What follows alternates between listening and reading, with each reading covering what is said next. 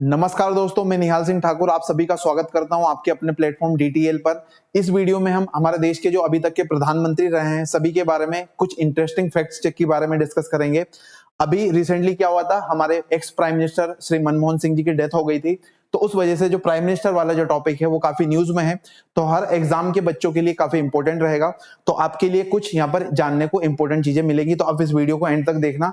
सारे prime ministers के बारे में हम यहाँ पर चर्चा करेंगे, उनसे रिलेटेड एक एक दो इंपॉर्टेंट फैक्ट देखेंगे, और साथ में कॉन्स्टिट्यूशनल प्रोविजंस जो होते हैं प्राइम मिनिस्टर से रिलेटेड हमारे संविधान में, उनके बारे में भी यहाँ पर चर्चा करेंगे। और साथ में ऐसे चीफ मिनिस्टर्स जो बाद में इंडिया के प्राइम मिनिस्टर के रूप में भी उन्होंने सर्व किया है, उनके बारे में देखेंगे वो कौन कौन से राज्यों से थे। तो इस वीडियो को एंड तक देखना, काफी यूजफुल इंफॉर्मेशन यहाँ पर आपको मिलेगी एग्जाम के पर्सपेक्टिव से।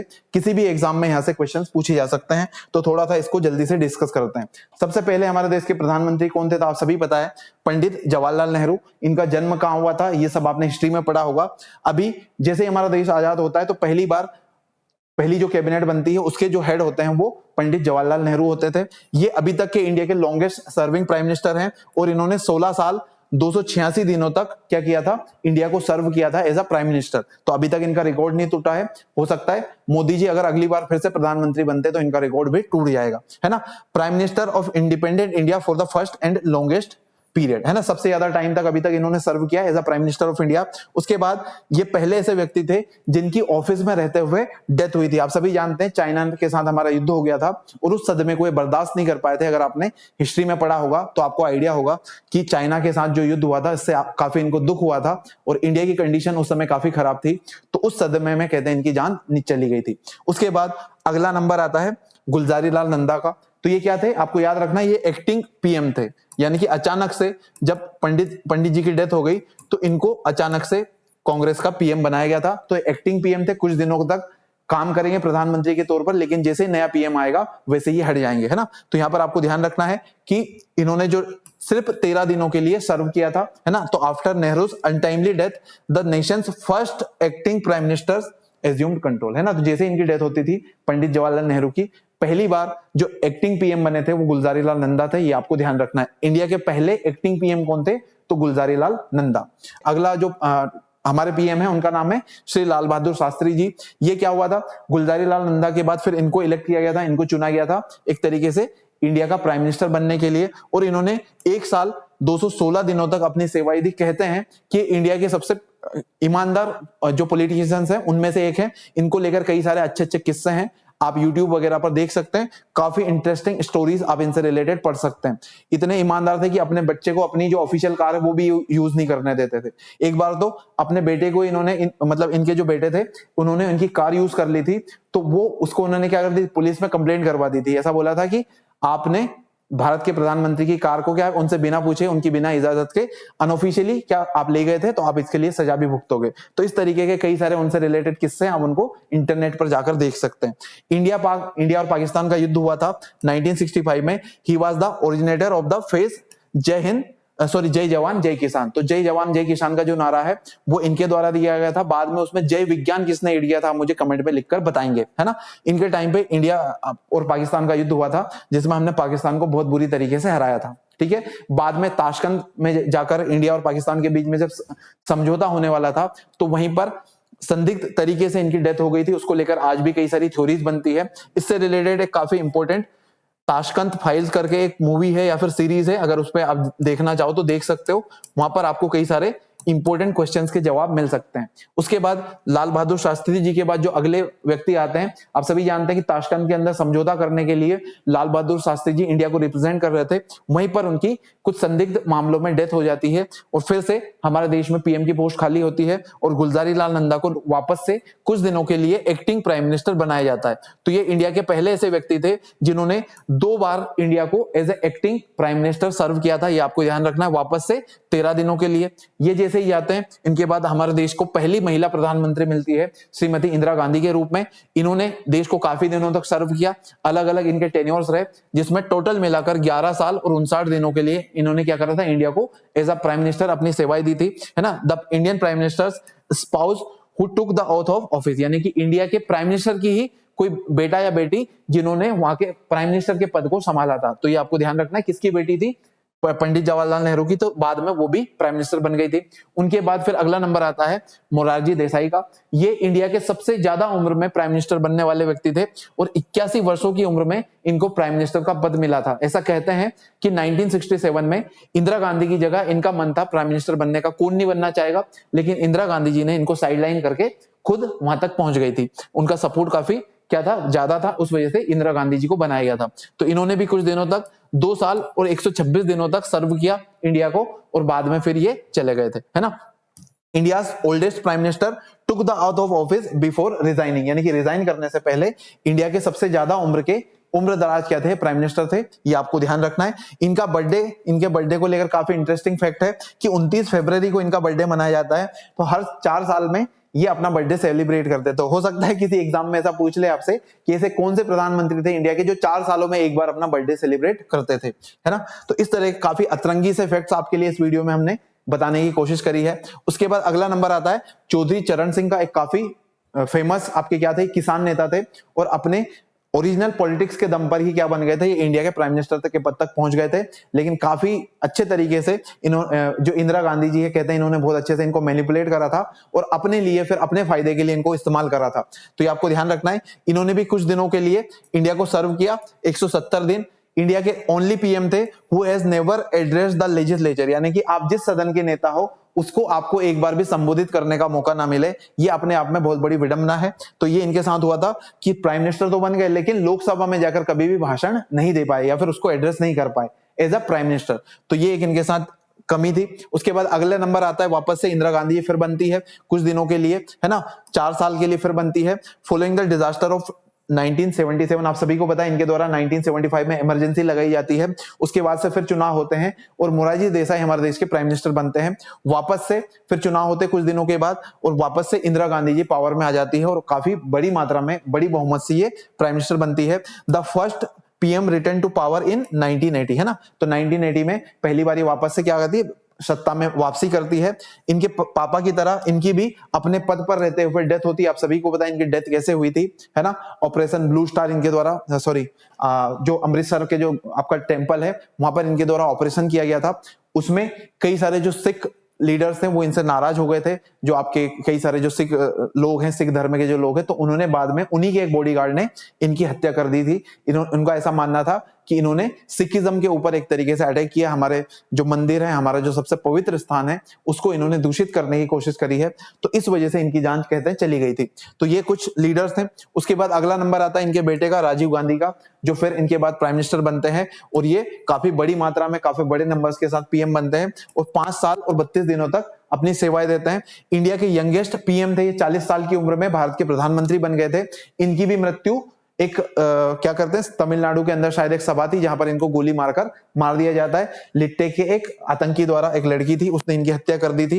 तो ये भी काफी क्या कर सकते हैं, काफी खराब कंडीशन में इनकी भी डेथ हुई थी। अगले नंबर आता है वीपी सिंह का। वीपी सिंह यूपी के क्या थे, एक नेता थे, काफी फेमस लीडर थे उत्तर प्रदेश से। इन्होंने भी 343 डेज तक इंडिया को सर्व किया था और ये पहले प्राइम मिनिस्टर थे to leave no confidence voter, यानी कि नो कॉन्फिडेंस वोट के द्वारा इनको अपने पद से हटाया गया था। तो भारत के ऐसे पहले व्यक्ति थे जिनको आपका क्या है, नो कॉन्फिडेंस वोट के थ्रू हटाया गया था, यानी कि इनके पास लोकसभा में बहुमत ही नहीं रह गया, इनकी पार्टी का इनको सपोर्ट नहीं था। इस वजह से इनकी सरकार गिर गई थी और इनको अपने पद से इस्तीफा देना पड़ा था। वीपी सिंह के बाद अगला नंबर आता है चंद्रशेखर का। चंद्रशेखर हमारे देश के श्री चंद्रशेखर अगले प्राइम मिनिस्टर थे। इन्होंने भी काफी कम समय के लिए 223, ये काफी फ्रेजाइल पीरियड था इंडियन डेमोक्रेसी के लिए। यहाँ पर कई ऐसे क्वेश्चंस भी रेज किए जा रहे थे कि क्या हमें पार्लियामेंट्री डेमोक्रेसी को छोड़कर प्रेसिडेंशियल सिस्टम की तरफ जाना चाहिए क्या, क्योंकि हमारे देश में कोई भी सरकार ज्यादा समय तक चल नहीं रही है और काफी इंस्टेबिलिटी है, इससे गवर्नेंस करने में भी काफी समस्याएं हो रही है। तो कई सारे क्वेश्चंस रेज किए गए थे, लेकिन बाद में फिर कोएलिशन गवर्नमेंट का दौर आता है और सरकारें पूरे 5 सालों के लिए चलने लगती है। लेकिन ये काफी फ्रेजाइल पीरियड था इंडियन डेमोक्रेसी के लिए, क्योंकि कोई भी प्राइम मिनिस्टर ज्यादा समय तक टिक नहीं पा रहा था। अपनी लीडरशिप के दम पर वो सभी को यूनाइट रखने में फेल हो रहा था बार बार। He has never held a position of minister in any ministry. तो इनके बारे में सबसे इंटरेस्टिंग फैक्ट ये है कि प्राइम मिनिस्टर तो थे लेकिन इनके पास किसी भी मंत्रालय का पद नहीं था। ये एक इंटरेस्टिंग बात थी इनके बारे में। अगला नंबर आता है पीवी नरसिम्हा राव। इनके सामने इनके टाइम पे काफी इंपॉर्टेंट चीजें हुई थी इंडिया के अंदर। आप सभी को पता है जो पीएम और आपका जो पीवी नरसिम्हा राव और मनमोहन सिंह का जो आपका एक तरीके से जो दोनों का गुट था, उनने इंडिया के लिए काफी रिफॉर्म्स किए थे। खास करके जो 1991 का फाइनेंशियल क्राइसिस आया था इंडिया में, उससे डील करने में इन्होंने काफी इंपॉर्टेंट रोल प्ले किया था। और हमारे जो उस समय के फाइनेंस मिनिस्टर थे मनमोहन सिंह जी, उनको इन्होंने काफी फ्री हैंड दे दिया था कि अपने हिसाब से आप चीजों को मैनेज करिए, आपको मेरा पूरा सपोर्ट रहेगा। तो इस तरीके विजनरी लीडर्स हमारे देश में आए हैं और इन्होंने 4 साल 330 दिनों तक अपनी सेवा दी as a prime minister of India. फिर बाद में ये क्या गए थे उनके, फिर इनकी सरकार चली गई थी। उसके बाद he was from Andhra Pradesh. Andhra Pradesh के काफी प्रोमिनेंट लीडर थे और पहले आंध्र प्रदेश के सीएम के रूप में भी ये काम कर चुके थे। अगले लीडर हैं अटल बिहारी वाजपेयी, पहले अपोजिशन लीडर जिन्होंने काफी खतरनाक तरीके से कह सकते हैं जो कांग्रेस पार्टी है उसको हराया था, है ना। और पहली बार मात्र 16 दिनों के लिए इन्होंने प्राइम मिनिस्टर का पद हासिल करने में सफलता पाई थी। The shortest tenure of any Indian PM is 16 days as a PM. इन्हीं के समय यानी कि ऐसा कोई प्राइम मिनिस्टर जिन्होंने सबसे कम समय के लिए इंडिया में सर्व किया है तो वो कौन है? अटल बिहारी वाजपेयी। गुलजारी लाल नंदा वहां पर गलत होगा, आप बोल सकते हैं कि उन्होंने 13 दिन के लिए सर्व किया, लेकिन वो as a full time prime minister नहीं थे। वो क्या थे? एक्टिंग प्राइम मिनिस्टर थे। तो गुलजारी लाल नंदा वहां पर अगर ऑप्शन में होता तो गलत रहेगा। सही जवाब आपका क्या होगा? अटल बिहारी वाजपेयी जी। तो उसके बाद अगला पॉइंट आता है आपका एचडी देवगौड़ा। यहाँ पर बिहारी की जगह विहारी होगा, यहाँ पर गलती हो गई हमसे थोड़ी सी, तो आप इसको वी कर लीजिएगा, अटल बिहारी वाजपेयी, है ना। अगला पॉइंट आता है एचडी देवगौड़ा। ये कर्नाटका के काफी प्रोमिनेंट लीडर थे, है ना। इनके टाइम पे एक पार्टी आपने सुना होगा जेडीएस पार्टी है कर्नाटका में, वो इन्हीं की पार्टी है। तो इन्होंने काफी दिनों तक इंडिया में 324 लगभग 1 साल तक as a prime minister serve किया। He succeeded as a South India second prime minister, है ना। पहले कौन थे? एचडी देवगौड़ा, और फिर इनके बाद साउथ इंडिया से प्राइम मिनिस्टर बनने वाले दूसरे व्यक्ति कौन? पहले पीवी नरसिम्हा राव और दूसरे थे आपके एचडी देवगौड़ा, जो कि साउथ इंडिया से आकर इंडिया का प्राइम मिनिस्टर इन्होंने बना था, है ना। कर्नाटका से थे ये, इनके बारे में आपको ध्यान रखना है। उनके बाद नंबर आता है इंद्र कुमार गुजराल का, आई के गुजराल के नाम से भी आप इनको जानते हैं। इन्होंने भी काफी कम समय के लिए सर्व किया था, मात्र 332 दिनों तक इनकी सरकार चली थी, है ना। इंदिरा गांधी और देवगौड़ा के बाद ये तीसरे प्राइम मिनिस्टर थे जो राज्यसभा से चुनकर क्या था, अपर हाउस से चुनकर प्राइम मिनिस्टर बने थे, है ना। नॉर्मली लोकसभा में जो पॉपुलर लीडर होता है वही प्राइम मिनिस्टर बनता है, लेकिन ये 2-3 लीडर्स ऐसे थे जिनमें इंदिरा गांधी, उसके बाद एचडी देवगौड़ा और आपके इंद्र कुमार गुजराल। साथ में एक और नाम है जो आपको मुझे कमेंट में बताना है कि चौथे हमारे देश के ऐसे प्राइम मिनिस्टर कौन थे जो अपर हाउस से चुनकर आते थे, ये आपको कमेंट में बताना है। इंद्र कुमार गुजराल के बाद अगला नंबर आता है फिर से अटल बिहारी वाजपेयी के लिए। अटल बिहारी वाजपेयी यहाँ पर फिर से सत्ता में आते हैं और अगली बार 6 साल 64 दिन के लिए क्या करते हैं? इंडिया को सर्व करते हैं। पहले नॉन कांग्रेस प्राइम मिनिस्टर थे जो इंडिपेंडेंट इंडिया को जिन्होंने सर्व किया था, है ना।